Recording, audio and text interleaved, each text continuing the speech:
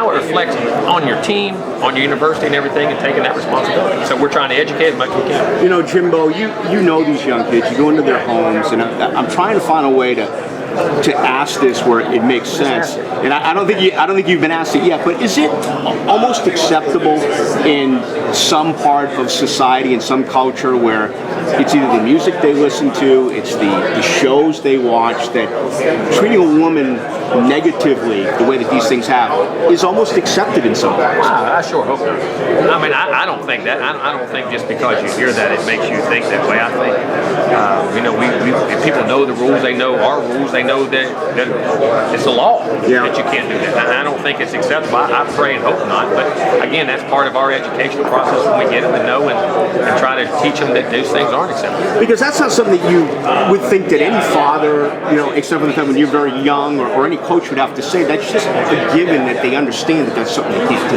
It is, but sometimes as a coach too, there's things you say, well, he should know that, and all of a sudden you don't tell him that. I think it just reminds you that you have to not only educate people all the time, and it's not just that you don't know it's wrong, it's that you put yourself in a position that maybe anger or something triggers you, and you make a terrible choice, but there's a consequence to it. And what you try to eliminate is putting yourself in those situations as much as you possibly, and recognizing when those situations are starting to occur. And I think that's part of our biggest education now. What to look for when these things go, how to get out of that situation, how to get yourself away from any kind of trouble. Talking to Jimbo Fisher, head coach of the Florida State Seminoles. I don't doubt for a moment that you guys give them every bit of information. It's a matter of their following. Now let's look at the football team. You played a lot of good football teams. Getting to the college playoff last year, winning the national title. The big question is the quarterback. And how do you feel about it?